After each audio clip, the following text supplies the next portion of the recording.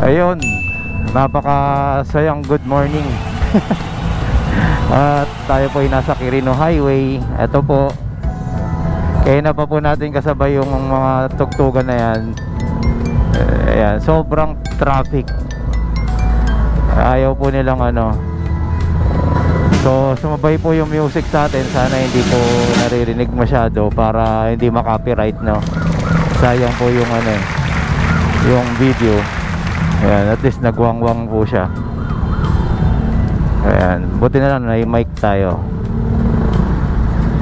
So yan, ito, dito natin napapakinabangan tong e-bike. Kasi pagka ganyan din niya po, andar lang sila na andar, nasusunog na ng gasolina, umaandar kahit nakahinto, umaandar yung makina. So umaandar yung konsumo ng gasolina, di ba?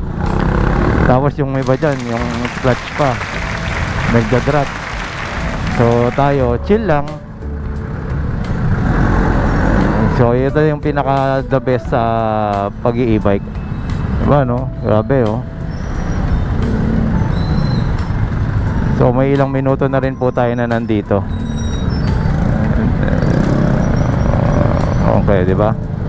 Wala lang. Ganun po talaga.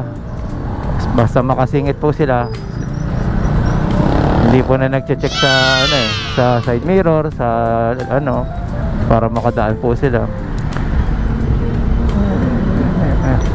Well, hindi po tayo nagba-vlog ng ano or nagbi-video ng ano, no, ng kamalian ng iba, no. Tayo po ay pang sarili nating ano para sa e-bike. Kaya lang talaga maraming kamote. Yung may napapanood po kasi akong ano vlogger na lagi po yung mali po nung mga motor yung binablog niya. Pero ang galing, no. Doon siya maraming views. Yung sa pag ano, no, yung pagpapaulit-ulit ng ginawang mali nung rider. So yun lang po muna. At mamaya po ulit at papunta na tayong EDSA. Okay? So mababa pa to. Okay. Pakadelikado ng ginagawa nitong truck. May ano siya may hatak-hatak siya sa likod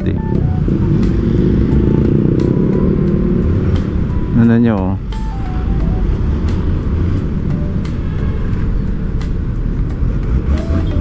oh, bomba ng bomba. Nagkakagit-gitan sila.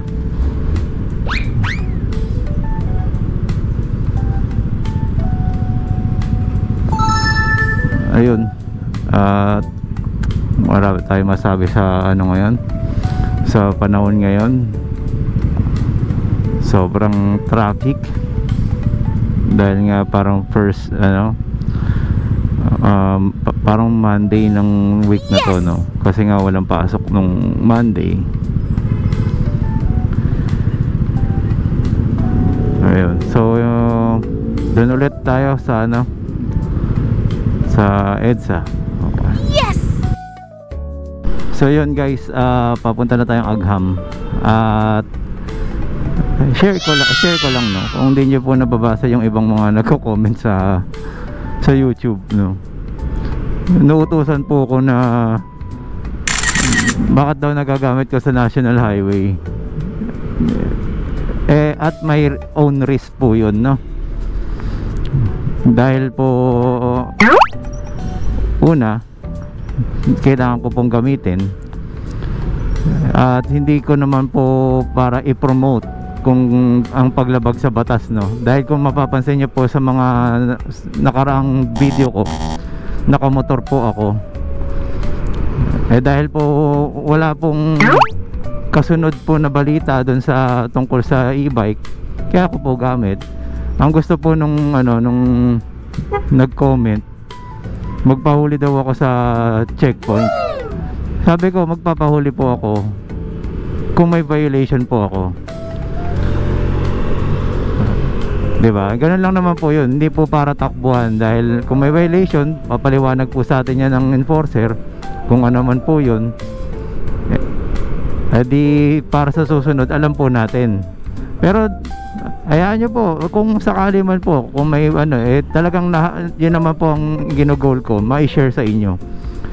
Ang nakakatawa lang po doon eh, makautos sa akin na pahuli ka para alam namin. Papahuli ako tapos ikaw ba magbabayad ng penalty o ako? Yes! Di ba? Ang ginagawa kong ano, uto-uto. Pero alam tayo doon, wala pong problema doon dahil sa sarili ko naman po yan. Isipin ko na lang po dyan kung sakali man po, no, eh yung naitipid ko po na gasolina, yun din po yun, di ba? Kumbaga sa ano, nag-aalat po tayo ng pambayad po dyan sa penalty na yan kung sakali man. Pero syempre ayaw natin yun. Sino ba naman gustong gumastos, di ba? Hindi naman tayo ano, matigas ang ulo sa kalsada. Yung mga ganun pong klaseng ano, eh the more na hindi ka po dapat nagmamaneho sa ano, kasi kung gusto mo muna mandamay muna ng ibang tao para sa sarili mo, eh, di ba? So yun ang napansin ko.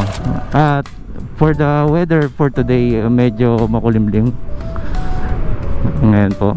Para na rin ako nag-uulat, di ba, ng balita kung anong mga ano ngayon, traffic at update, di ba? Kanina nasabak tayo sa sobrang traffic. So yun,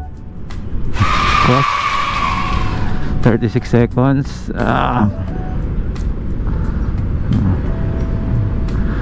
Ayan, ang problema lang nung ano, nag-comment, eh walang checkpoint.